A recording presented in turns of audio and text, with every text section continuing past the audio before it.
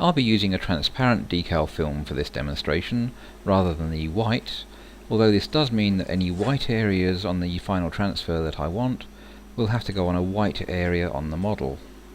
So, sitting at my tidy computer desk, I fire up my favourite photo editing package. And here is a photograph of a model whose logo I want to copy. I create the logo using the standard drawing tools in the package, rather than trying to copy the photograph, as it gives a much clearer result. I make various sizes of each transfer and try and fill up as much of the transfer sheet as possible to save wastage. When I come to print, I want the best quality, but I also want to look down under the advanced properties of the printer so that I can set the ink level to the minimum amount possible. This will stop the various colours from blending with each other and spoiling the clarity of the final transfers.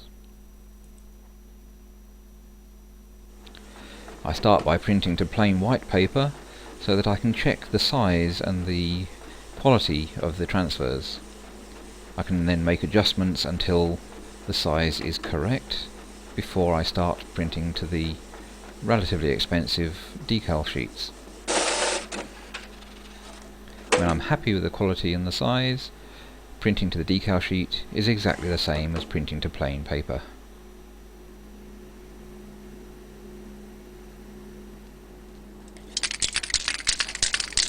Leave the ink to dry for about half an hour and then give it a quick spray with an acrylic varnish. Of course, this is best done somewhere well ventilated.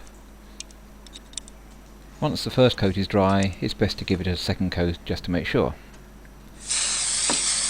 This will make sure that the final transfers are nice and waterproof. Cutting out the transfers is one area where the transparent decal film wins out over the white.